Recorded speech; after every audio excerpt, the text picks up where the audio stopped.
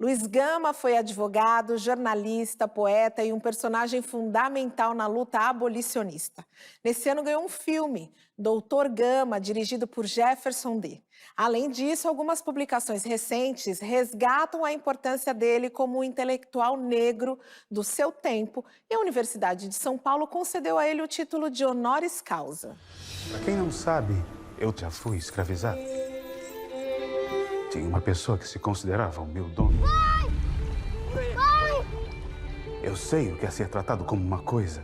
Luiz Gama nasceu em 1830, faleceu em 1882. Luiz Gama nasceu na Bahia, né? Ele é baiano. Ele veio para São Paulo com 8, 9 anos, foi vendido como escravo pelo pai e vem para São Paulo para ser escravo aqui. O Luiz Gama não é liberto, ele também não é alforriado. Ele nasceu livre, então ele resgatou a sua liberdade. Ele estudou direito de maneira autodidata e conseguiu libertar mais de 500 escravos que estavam ilegalmente no Brasil. Quando você vê os textos dele, que ele mandava para os senhores de terra, donos de escravos, é de uma força, de uma petulância mesmo às vezes, e ao mesmo tempo de um conhecimento jurídico tão forte, tão bem embasado. Esses textos do Gama, eles foram praticamente perdidos, só tiveram leitores na sua geração. A ideia desse Luiz Gama, portanto, que é uma figura que hoje nós podemos conhecer mais a partir dos seus escritos, não é? Faz com que a gente também encontre o Luiz Gama nesta vanguarda e como um outro precursor numa outra frente, que é das lutas antirracistas. Fiquei feliz quando soube que ia te enfrentar como promotor. Obrigado. Luiz, por que você está aqui? É simplesmente impossível ganhar. Eu vim garantir justiça. Então estamos do mesmo lado. Acho que não.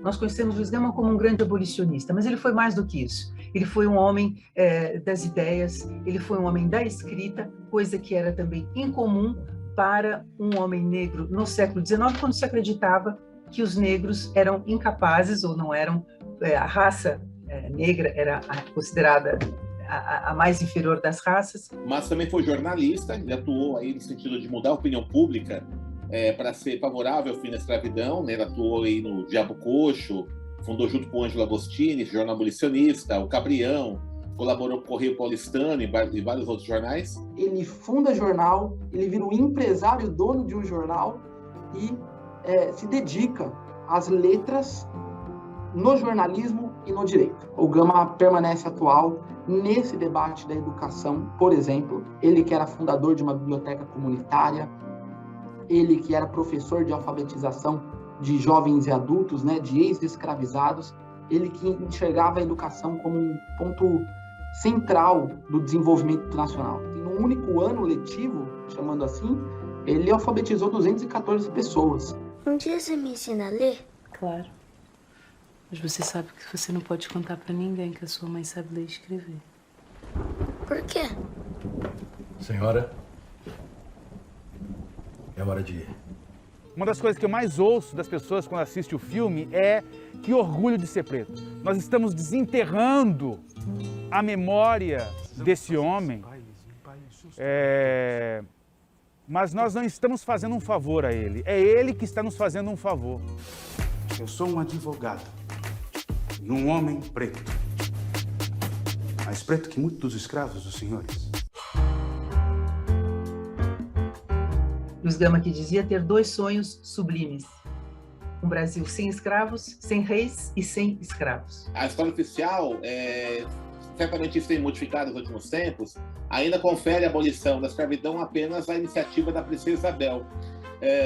E não é bem assim, né? Houve lutas contra a escravização. Então o Gama ele alertou lá atrás, lá no final da década de 1860, nos princípios do movimento abolicionista, de que não adiantava uma transição sem garantir educação, sem garantir terra, sem garantir direitos, sem garantir cidadania. Houve abolição legal da população negra, falta abolição social. A população negra continua aí numa senzala moderna, né, que são as periferias, as favelas, a exclusão social. Então, com certeza, o Luiz Gama se colocaria a favor da luta contra a opressão, a luta contra a miserabilidade, a luta contra as desigualdades sociais e a luta contra o racismo estrutural. Eu acho que é uma dívida que a gente tem com a próxima geração, assim, sabe? De trazer esse homem cada vez mais ao conhecimento da periferia, da juventude preta, da molecada preta. Essa geração, sobretudo, tem um dever histórico, acredito, de reparar essa injustiça cometida contra o Gama. Uma maneira é colocar o Gama na cesta básica literária do brasileiro e da brasileira. Nós não estamos aqui hoje, senhores, para julgar um homem que quebrou uma lei. Nós estamos aqui hoje para julgar as próprias leis. Quando eu ouvi falar num advogado libertando gente que nem eu não podia acreditar.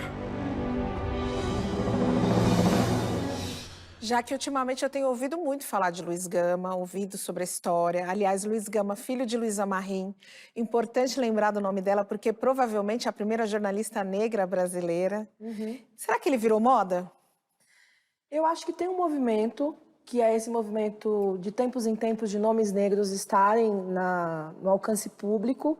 E eu penso que o processo é não deixar que isso fique no lugar da moda. É preciso que a gente crie instituições, espaços de manter essa memória viva. Não só nas bibliotecas fechadas, não só nos museus, como a gente costuma ver, mas circulando. E aí a gente volta na ideia da internet. Ela é fundamental para escoar e para tornar isso acessível, né?